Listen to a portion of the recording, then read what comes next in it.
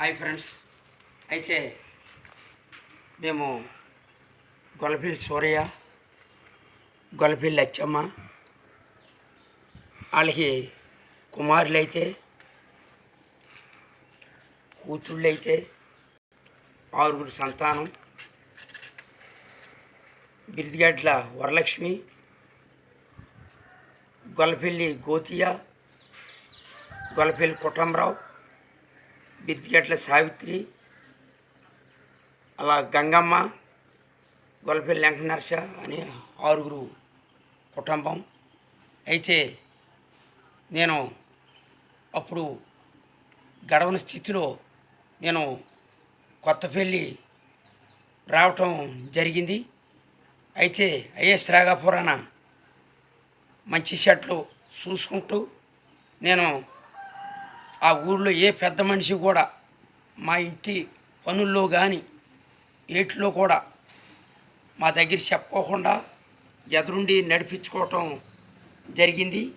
అయితే అక్కడ మాకు బాడవ 2 సార్లు ఉండటం జరిగింది. అయితే మగోళ్ళిద్దరికి రిజిస్ట్రేషన్ చేపించటం జరిగింది. అప్పుడు ఆడవాళ్ళు మగోళ్ళు సంతకాలు పెట్టాం. రెండోది, మేము మా అమ్మ తనంతరం అయిపోయాక ఆడపిల్లలకి ఇద్దామని అనుకున్నాం. అయితే 25 సంవత్సరాల మట్టి 30 సంవత్సరాల మట్టి మా తమ్ముడు అమాయకుడు, నేనేమో కొత్తపల్లిలో ఉంటున్నాను. మంచి చెట్లకి వెళ్ళినప్పుడల్లా అదే ఏం చేస్తున్నాం అంటుంటే మా అమ్మకి పింఛని 10 రూపాయల కాడ నుంచి 4,000 దాకా తినుకుంటా వచ్చి ఈ ఆస్తి మీద కన్నుబడి ఒక్కడే రాపించుకుంటే బాగోదని అడంగిల్లో మొన్న ఎకరం 10 సెంట్లుంటే అరెకరం 5 సెంట్లు ఒకడు, అరెకరం 6 సెంట్లు ఒకడు ఎక్కించుకోవటం జరిగింది. అయితే మా అమ్మ జనవరి 1 తారీఖున చచ్చిపోయింది. చచ్చిపోతే అమ్మయ్యాక ఏరా బాబు అని అడిగాను. అడిగితే నాకు కీడొచ్చింది, అది వచ్చింది, ఇది వచ్చింది అని ఇవి ఎక్కిచ్చేసుకుని ఆ ఊళ్ళో పెద్దలందరితో ఏకమయ్యి